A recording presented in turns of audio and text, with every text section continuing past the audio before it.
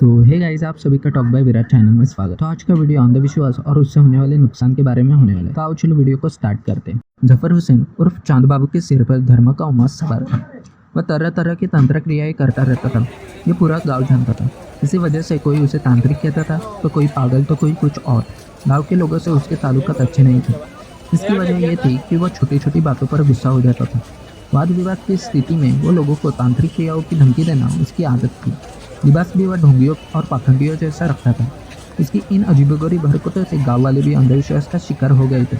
उसे नाराज करने से उनका कोई अनिष्ट हो सकता है, यही वजह थी कि लोग उससे मेलझोल बढ़ाने में कतराते थे। जफर उत्तर प्रदेश के बरेली जनपद भोजीपुरा थाना के गांव मेमर में रहता था। उसके परिवार में पत्नी नईम बानो के अलावा 4 बच्चे, 7 साल का फरहान, 5 साल की फरीन, 4 साल का फयाज और 1 साल का फमान। जफर वास्ता चुकी लोगों से कम था, इसलिए दूसरे लोग भी उस पर कम ही ध्यान देते। लेकिन एक दोपहर जफर के घर से आने वाली चीखने चिल्लाने की आवाजों ने लोगों का ध्यान अपनी तरफ खींच लिया। उसके दरवाजे पर पहुंचे लोगों ने अंदर का नजारा देखा तो वह ठिठक गए। उन्होंने बाहर खड़े होकर देखा, जफर अपनी बेटी फरीन को बुरी तरह पीट रहा था। डरी समी मासूम बच्ची उसके चंगुल के छूटने के लिए चिपट रही थी। नईम बानो बेटी को बचाने के लिए उसके साथ धक्का मुक्की कर रही थी। इसने मेरी सारी तांत्रिक क्रियाएं खराब कर दी। मेरा अच्छा वक्त आने वाला था, लेकिन इसने उसे खत्म कर दिया। ये मेरी बेटी नहीं, बल्कि इसके अंदर किसी शैतानी आत्मा का साया है। जफर फरीन की तरफ देखकर बड़बड़ा रहा था। क्या बकवास कर रहे हो तुम? नईम बानो चिल्लाई तो वह उसे समझाने वाले अंदाज में बोला, यह हकीकत है बानो, इसने शैतानी हरकत की है, मैं इसे क्षमा नहीं दूंगा। कहते वह बेटी को बेरहमी से पीटने लगा। नईम बानो तेज तेज चिल्लाने लगी। नईम ही नहीं,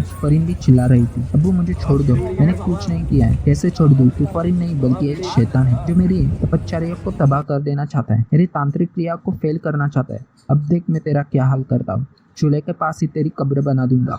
जफर गुस्से में बड़बड़ा रहा था। उसके सिर पर जैसे खून सवार था। डर की वजह से जफर के बाकी बच्चे बरामदे में पड़े तख्त के नीचे छिपे गए थे। बाप की तरह वे भी हरे और काले रंग का खास लिबास पहने हुए और उनके सिर पर वैसे ही रंग का कपड़ा बंधा था। यह नजारा देखकर लोग चिल्लाए, जफर पागल हो गया है, तू मार ही डालेगा क्या बच्ची को? जफर ने उनकी तरफ घूर कर देखा और कहा, खबरदार मेरे बीच कोई मत आना, वरना भस्म कर दूंगा। इसके साथ ही उसने मासूम फरीन का सिर जमीन पर पटकना शुरू कर दिया। उसका दिल जरा भी नहीं पसीजा। नईम बानो हैवान बने शोहर से फरीन को बचाने आई तो उसने उसे धक्का देकर दूर कर दिया। फरीन के सिर से खून बहने लगा। कुछ देर के लिए उसका शरीर छटपटाया और फिर शांत हो गया। यह देखकर नईम बानो बहदास हो गया। बाहर खड़ा कोई शख्स अंदर आने की हिम्मत नहीं जुटा सका। चीखने चिल्लाने की आवाज सुनकर पड़ोस में रहने वाले जफर के चाचा वली हुसैन भी वहां आ पहुंचे। उस जगह का नजारा देखकर उनके पैरों तले से जमीन खिसक गई। वह घर के अंदर दाखिल होकर जफर के नजदीक पहुंचे तो उसने उस पर चाकू से हमला कर दिया। वली हुसैन वापस दरवाजे पर आ गए। लोग तमाशा देख रहे थे, जबकि जफर पालती मारकर फरीन के पास बैठ गया। डहरी समी पत्नी व दोनों बच्चे भी उसके पास बैठ गए। जफर मन ही मन कुछ गुनगुनाने लगा। दिल दहला देने वाले इस हैरतअंगेज नजारे ने गाँव वालों के रोंगटे खड़े कर दिए थे। इस बीच की घटना स्थानीय मीडिया कर्मी तक पहुंच गई, लेकिन कोई भी घर के अंदर घुसने की हिम्मत नहीं जुटा सका। गाँव के चौकीदार मुकेश ने इस घटना की सूचना पुलिस को दी। पुलिस घटना स्थल पर पहुंची। पुलिस ने जफर को हिरासत में ले लिया। वह पुलिस की पकड़ से छूटने की कोशिश करते हुए बोला, मुझे क्यों पकड़ रहे हो? मैंने तो शैतान का कत्ल किया है। मेरी बेटी तो कुछ देर में क्षमा हो जाएगी, मैं उसे क्षमा नहीं करूंगा। मामला संगीन था। थाना प्रभारी ने इसकी सूचना एसआईपी को दी। बाद में पुलिस अधीक्षक श्रीवास्तव भी घटनास्थल पर आ गए। पुलिस ने मौका मुआयना किया और पंचनामा भरकर बच्ची के शव को पोस्टमार्टम के लिए भेज दिया। आरोपी के घर का माहौल बिल्कुल अजीब। वहाँ तंत्र क्रियाओं का कई तरह का सामान मौजूद। पुलिस ने संगीन चीजों को अपने कब्जे में ले लिया। फिर उसकी पत्नी, बच्चों और गाँव वालों से पूछताछ की। यह घटना किसी को भी झोंक कर सकती है। पुलिस आरोपी को थाने ले आई और उससे विस्तृत पूछताछ की। जफर से हुई पूछताछ के बाद व ग्रामीणों के बयान के बाद अंधविश्वास के साए में जी रहे एक शख्स की कहानी निकलकर सामने आई, जिसने अंधविश्वास में डूबकर अपने परिवार को तबाह कर दिया था, साथ ही में अपना भविष्य भी बर्बाद कर दिया था। जफर उन नौजवानों में से एक था जो बिना मेहनत के बड़े बड़े ख्वाब देखते हैं। सालों पहले जफर का ब्याह नईम बानो के साथ हुआ तो वह परिवार से अलग हो गया। वक्त के साथ वह 3 बच्चों का पिता बन गया। जफर के परिवार की माली हालत बहुत अच्छी नहीं थी। वह किसी तरह छोटे मोटे काम करके वह अपने परिवार की गाड़ी खींच रहा। काम के बाद उसका बाकी का वक्त यारों दोस्तों के साथ बीतता था। गनीमत यह थी कि वह किसी बुरी आदत का शिकार नहीं था। जफर जब भी दोस्तों के बीच बैठा था, बड़ी बड़ी ख्याली बातें किया करता था। गाँव देहात देहात के इलाकों में अंधविश्वास के अनेक रोचक किस्से होते हैं। समाज का मनोविज्ञान है कि लोग अंधविश्वास के किस्सों को रहस्य के साथ बड़ी रुचि से सुनते हैं। इन किस्सों पर लोगों के बीच चर्चा होती है। अंधविश्वास के नकारात्मक पहलुओं पर इतनी चर्चा नहीं होती जितनी की इत्तेफाक सही हो जाने वाले मामलों की होती है। इसे लोग चमत्कार भी समझते हैं। फलस्वरूप अंधविश्वास की कहानी बचपन से ही दिमाग में बैठनी शुरू हो जाती है। जफर भी अंधविश्वास का शिकार था। दोस्तों के बीच वह ऐसे किस्सों को दिल लगाकर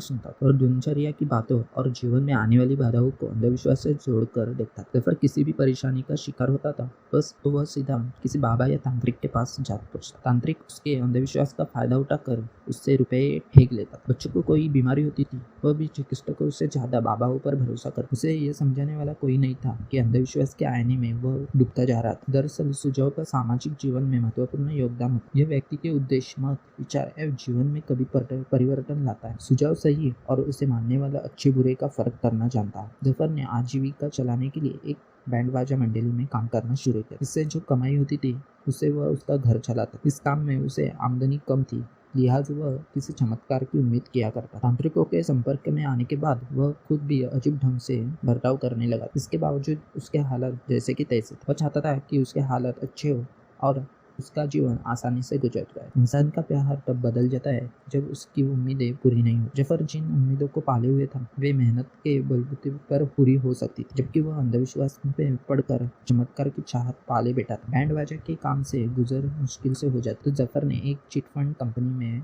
बतौर एजेंट का काम करना शुरू किया। इससे उसकी पारिवारिक स्थिति थोड़ी सुधर गई। उसने अपनी जान पहचान वाले लोगों का रुपया तो कंपनी में लगवा ही दिया, अपनी कमाई भी उसमें निवेश कर। ये कंपनी अपनी आकर्षक स्कीमों के जरिए तय व्यक्ति पर लोगों को उनके निवेश का बड़ा फायदा देने वाला वादा करती। बाजारों में ऐसी चिट फंड कंपनियां की भरमार है जो लोगों को बड़े बड़े सपने दिखाकर रुपया बटोरती थी। इनका शिकार वे लालची लोग होते थे जो कम वक्त में रईस बनने के सपने देखते। उन्हें लगता है कि बैठे बिठाई उनकी रकम बढ़ जाएगी, लेकिन वास्तव में ऐसा नहीं होता है। ऐसी कंपनियां मोटी रकम एकत्र होकर फरार हो जाती है। जफर जिस कंपनी में काम करता था उसने भी एक दिन ऐसा ही किया। कंपनी के लापता होते ही जफर दोहराहे पर आ खड़ा हुआ। लोगों ने उस पर रुपए मांगने की शुरुआत कर दी। इससे वह परेशान रहने लगा। परेशानी के इस दौर में अंधविश्वास का शिकार जफर ने पाखंडी का सहारा ले ली। वह तांत्रिकों से मिलता था तो उन लोगों ने उसको कुछ टोने टोटके समझा दिया। साथ ही बता दिया कि वह सब्र से काम ले। बहुत जल्द उसकी पूरे सपने साकार हो गए। जफर के लिए ये सब कुछ किसी सुखद सपने जैसा था। इसके बाद वह लोगों से कहने लगा कि अब बहुत जल्द ही उसका वक्त बदलने वाला है। बेरोजगार होने के बाद जफर के पास कोई काम ही नहीं बचा।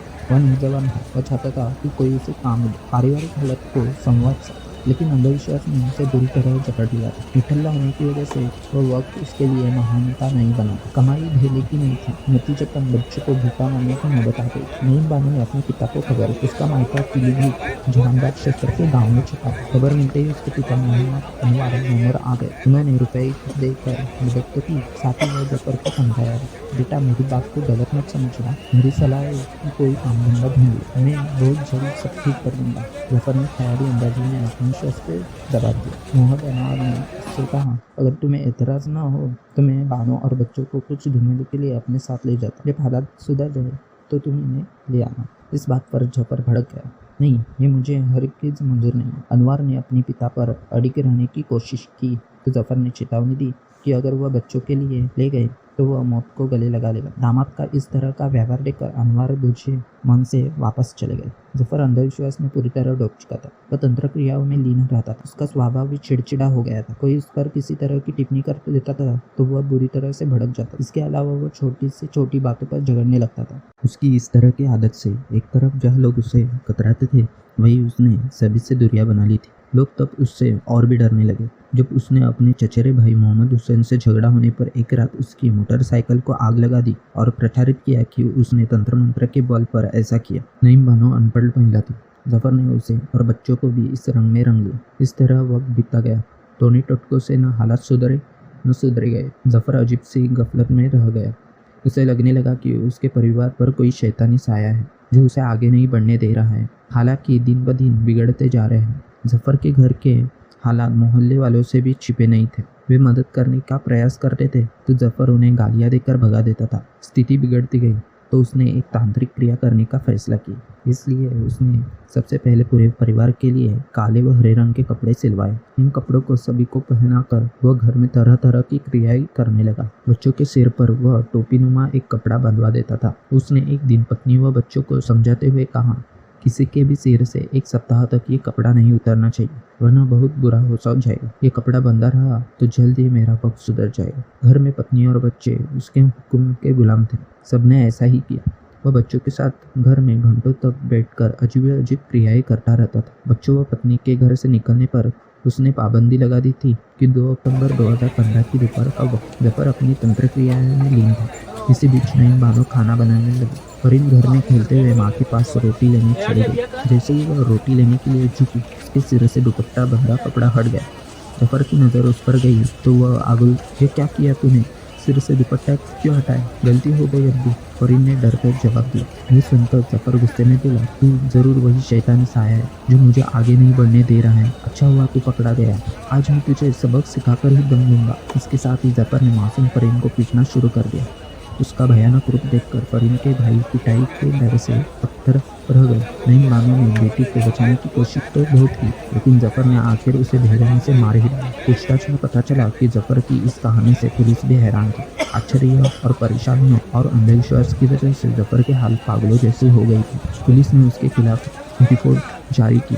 अगले दिन उसे अदालत में पेश किया गया, जहाँ से उसे 14 दिनों की न्यायिक हिरासत में जेल भेज दिया गया। जफर ने मेहनत करके अगर अपने परिवार को संभाला होता तो अंधविश्वास में न पड़ा होता, तो ऐसी नौबत कभी न आती। कथा लिखे जाने तक जफर की जमानत नहीं हो सकी थी। उसकी पत्नी व बच्चों नाते रिश्तेदारों की रहमो रख पर पल रहे थे।